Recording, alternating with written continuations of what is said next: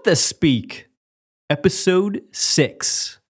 Okay, presentation people in the house. Do you kick ass when you speak, present, or pitch? If not, these expert discussions and insider tips can help you right now, today. Welcome to the What the Speak podcast. I'm your host, Brian Kelly.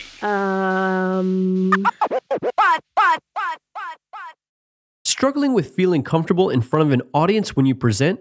Or maybe you're confident, but you have difficulty stumbling over filler words like and ah.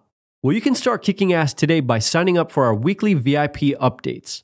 As a bonus, you'll also receive 11 free tips that will uncover 6 psychological secrets to public speaking, plus 5 tips on how to stop using filler words. Go to whatthespeak.com/VIP. My guest today is Susan Weinschenk. She's the person to go to when you need to know how to persuade and motivate people to take action.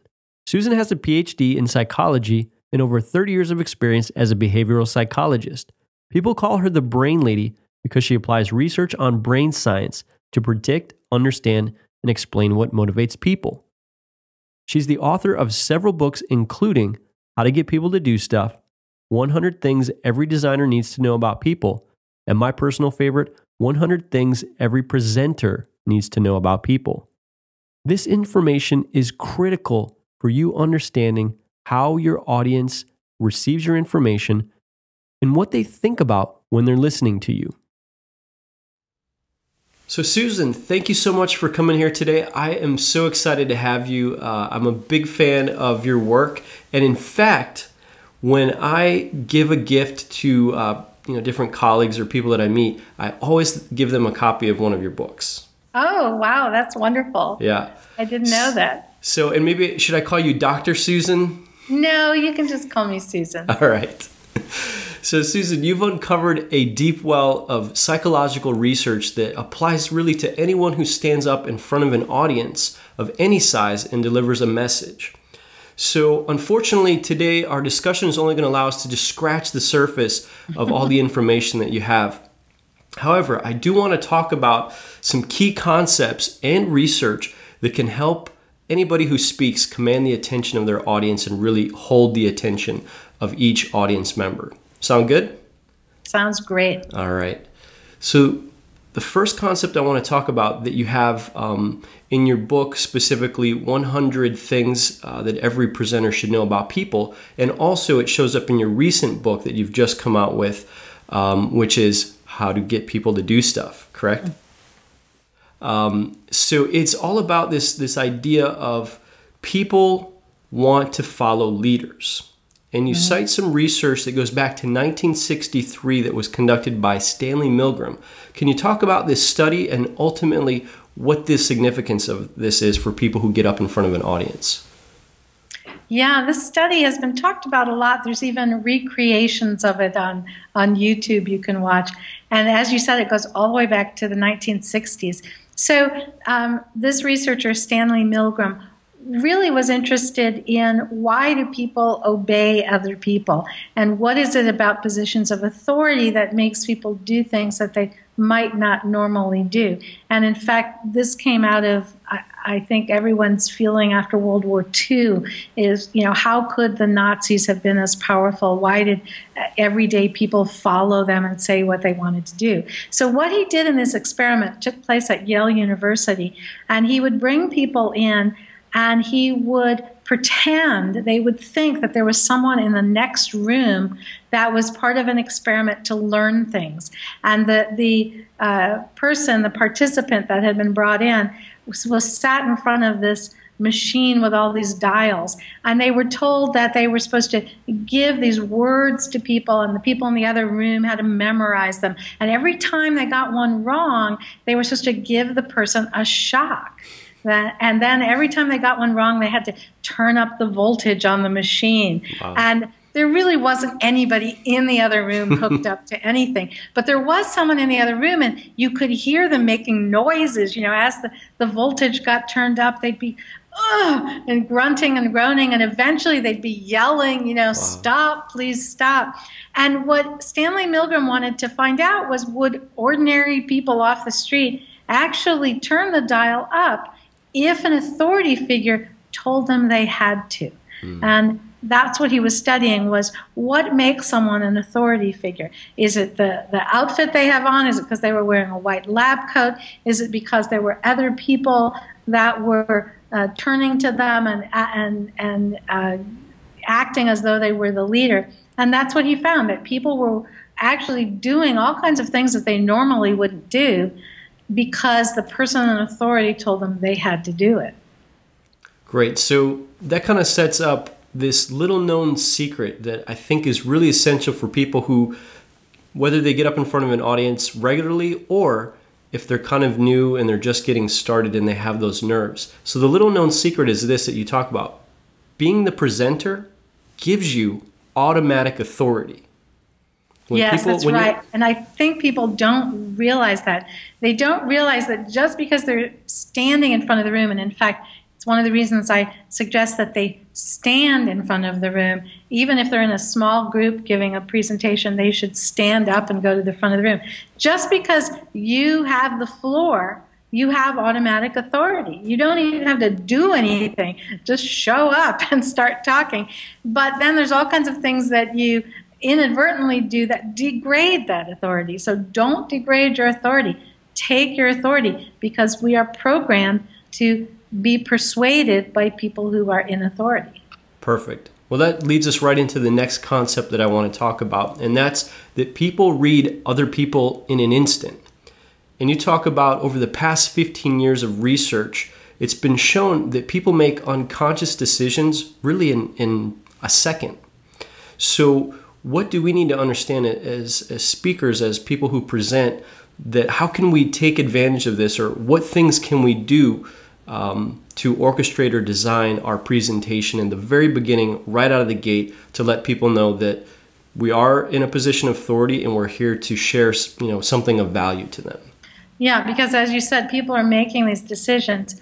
You might have read Malcolm Gladwell's book, Blink, and that's what that book is all about. It's actually based on research from Timothy Wilson. He has a great book called Strangers to Ourselves, The Adaptive Unconscious.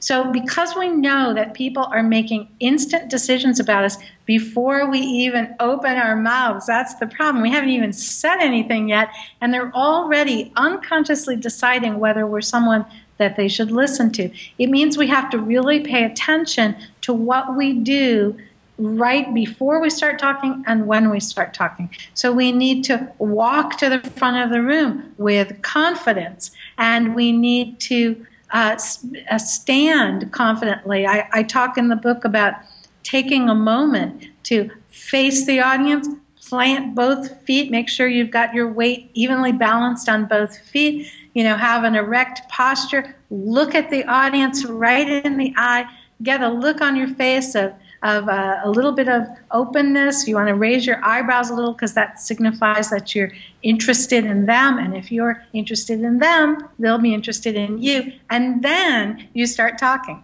And it'll seem like, a minute has gone by in silence. It'll make you uncomfortable, but it doesn't seem that way to the audience. And it is really important. Have you ever seen, Brian, people come up to they're introduced and they come up and they start talking before they're even at the front of the room. And you can't really hear them and you can't really see them. And that just, again, degrades that sense of authority they have. Absolutely. Well, yeah, I want to talk a little bit more about this idea, this notion of body language and movement and how this is really essential. So in that first instant, we want to be able to establish our credibility, or rather maintain what we've been given as, the speaker or the presenter. Mm-hmm. And you talked a little bit about body language. You talked about, standing a certain way. What are some of the things that we can do that conveys confidence, leadership, authority, passion, all that stuff that taps into who we are and why we're excited and interested in what we're presenting? I mentioned about your stance, right? So you need to be standing really strongly. And then you want to think about things like, what are you doing with your hands, right? So sometimes as guys especially will, fold their hands in front, and that's not a good position, or they put their hands in back, or they're afraid of what to do with their hands, so they just stand, like wooden, like they don't have hands. Well, you don't want to do that. We all use our hands when we speak, and it's perfectly okay to use your hands. You just want to practice a little bit. What are your normal hand gestures, and are those going to be okay? So if you're like a wild gesture, that's going to make you look out of control and chaotic. So you don't want to be out here all the time. But to have hand gestures that emphasize what you're saying, to reach out, to have hand gestures that make a point, that will go a long way to, again, establishing that credibility. And then there's things with your head, like you don't want to be talking, with your head to the side all the time, because although in one-on-one conversation, when I put my head to the side, it shows that I'm interested in what you're saying. But when you're a presenter in the front of the room, it just makes me look like I'm not sure of myself. Yeah. And then, as I mentioned before, to have a look on your face of interest and a little smile. If you practice in front of the mirror, it's amazing how when we concentrate and we're really into our topic, we tend to do this frown thing, and then we look kind of serious, and that might be okay, but it's certainly not fun to watch someone who's frowning all the time. Yeah. Well, I know one of the things that you reference in your book is another book by Carol Kinsey Goman. Back in 2011, she wrote a book called The Silent Language of Leaders. And it sounds like the kinds of things that you're talking about that we can really dial into and affect it. Do they come out of that book? Does she touch on a lot of that section in my book came out of that book and some other places. But her book is really great. Now, she's not speaking just about presenters, but she's speaking about being a leader, and obviously they're related. Yeah, I mean, little nuanced things. I remember one of the things that you had in the book was, having your hands at a certain degree like this conveys openness. Or right. If you put your hands, out like this, you're inviting the audience to join you. If you have your hands facing each other, you're saying, I really believe in what I'm saying. Right? Yeah. So different ways that you move your hands are really important. And if you watch some of the really good speakers and presenters that are out there, you'll see they do certain things with their hands. Probably they rehearsed it until it became second nature to them. Absolutely. Yeah, in college I was actually a performance major, vocal performance major, and worked extensively with performance coaches. And it's all about being very intentional with your movements and broad gestures that make a statement versus being kind of not non-committal to it. Mm-hmm. So I've picked up on that just by watching other professional speakers, and reading it in your book was like, aha, it's even deeper, the psychology behind it, and how people naturally tune into that, and it might even be subconsciously us as audience members pick up on those Most of it things. is unconscious. They don't even realize. So, if you ask them, what did you think about that presenter? And they might say, oh, I don't know, they weren't that convincing. And if you said, is it because of their hand gestures? They'll say, what? They don't even realize that that's affecting them. So one of the best things, to do, and you've probably done this, is video yourself. Right? Giving Absolutely. a presentation or practicing. And it's so painful to watch yourself on video, and you say, oh no, that can't possibly be what I do. Right? Yeah. But that's how you learn. It's really important to do that so that you can learn and improve. And I often suggest, do a little 2-minute video of yourself. Watch it, and then just pick one thing to fix. Don't get overwhelmed and say, oh my God, this is terrible. Just pick one thing. So if, for instance, you find you're doing this a lot, you're playing with your jewelry or your hair, or you're touching your face, that is not good. That's a sign of nervousness. So that would be something to work on, okay, I'm not going to touch my face or my hair or my jewelry for 2 minutes. Excellent. So that we talked a little bit about body movement, body gesture, hand gestures. Now, let's talk a little bit about your voice and how people naturally assign meaning to the tone of your voice. You talk a little bit about a field of research called paralinguistics, which is essentially the way that you say something means as much or more as the actual words themselves. So can you talk about some of the ways that great speakers use their tone of voice, again, to command the room, to keep the audience engaged, and to really get across that message that they're trying to share? Yeah, voice is so important. So one of the things that's really important with your voice is to make sure that you modulate, that you go up and you go down. If some people kind of naturally speak in a monotone and they don't go up and they don't go down, and they might be really passionate about what they're talking about, but it doesn't come through, right? So you don't want to do that. You want to go up and you want to go down. And one of the best ways, I think, to work on this is to actually work on pauses. Because what you'll find is that people who speak in a monotone tend to just speak on and they don't have very many pauses. So if you force yourself to take pauses, and pauses are as important as the talking. So if I say, what's really important about your voice, Brian, is, right, and then I pause, you're like, okay, what's really important? So pausing is really important. Going up and down is really important. You want to make sure that your passion for the topic really comes through. So I can say to you, I'm really glad to be here today, Brian. I can say, I am really glad to be here today with you.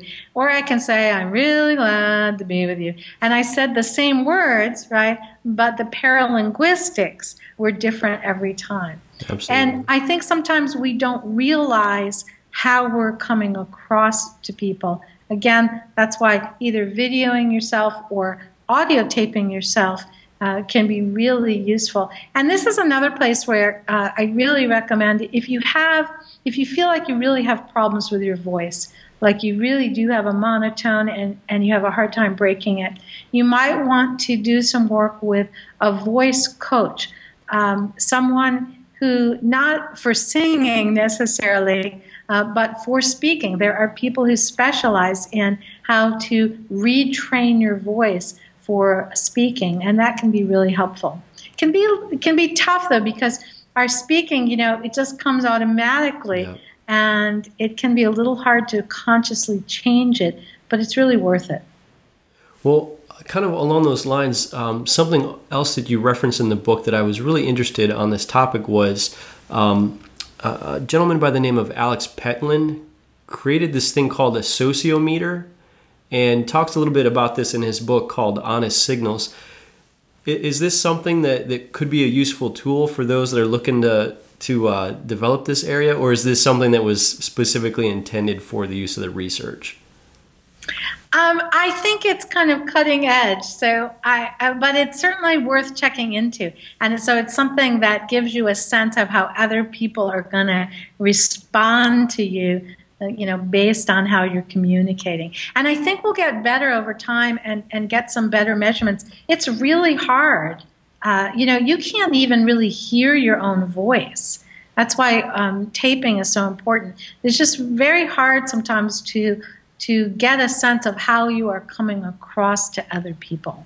Yeah. Well, great. Sounds like it could be something that would be the new latest iPhone or Android application. Wouldn't that be great? Yeah. Hey, there you go. Now you know what to work on next. That's right. Okay, so the one last concept, we've got just about 5 or 10 minutes left. So the last concept I wanted to touch base with you on was this idea of the speaker's brain and the listener's brain becoming in sync with one another during communication. You cite some research. I think this research is so fascinating. So a lot of the brain research that's going on now is done with what's called an fMRI machine, functional magnetic resonance imaging machine. And so this research, what they did was they had people, the researchers had people in these machines so they could map their brain activity. And they mapped the brain activity of the person talking, and then they recorded their what they were saying, and then they mapped the brain activity of the people who were listening. And what they found was that the activity mirrored up. It synced together with just like a second or two delay, because you hear it and then your brain reacts to it. And I thought this was fascinating because it shows how important audio is and how important voice is. And we know that, people react to how people are smiling and what's the expression on their face. But I think we underestimate how much we react to people talking. And that's why I think, giving a presentation, being a speaker, so much more powerful than when someone is just reading text. Yeah, absolutely. And I think the significance of this is that, because the audience is affected more strongly by listening to you than they are reading the slides, it's important to get this and understand that really by speaking, the things that you say, the way that you say them, really has tremendous impact. I mean, you can have great slides. You could have slides that are just bullet point after bullet point. The thing that's most significant really is what you're saying, both verbally and non-verbally with your communication. Yes. Boy, that's a great summary. I really like the way you've said that. And, you can tell if you read my books, I am not a big fan of slides. And basically, I think you need to put together your entire presentation without any slides. First, you need to plan it all out, and I talk in the book about how to do that. And then when it's all planned out, you can go back and you can say, okay, which parts need some visual explanation? What would be enhanced by a photo, a drawing, an illustration, an example? And then you build those in. And don't be afraid to have large parts of your presentation without any visuals at all. That's absolutely fine to do. There's that handy B key on your keyboard that works in PowerPoint or Keynote. You just press the B key and the screen can go blank behind you, and then you can just talk for a while. So don't be afraid to do that. Yeah, and if you think about some of the best presentations, if you didn't have that visual, you get the message, you still are inspired, you're still motivated to do whatever it is that the speaker is wanting to motivate you to do. Good slides, well thought out slides can accent and punctuate any fantastic presentation, but they're definitely not going to help a poorly delivered, poorly rehearsed presentation. Right. So great. Well, Susan, this has been just amazing. I really enjoy all of the fantastic insights that you bring to this particular area of focus. So thank you again for being here. Thank you very much for having me. All right. If you liked what today's guest had to share in our discussion, you may want to grab an audio copy of their latest book for free by going to WTSaudiobook.com. That's WTSaudiobook.com. All right, here we go with the outro. Thanks so much for joining us today on What to Speak. Be sure to visit whattospeak.com for show notes on every episode and to sign up for our email list to stay updated on resources that'll help you kick ass when you speak, present, or pitch.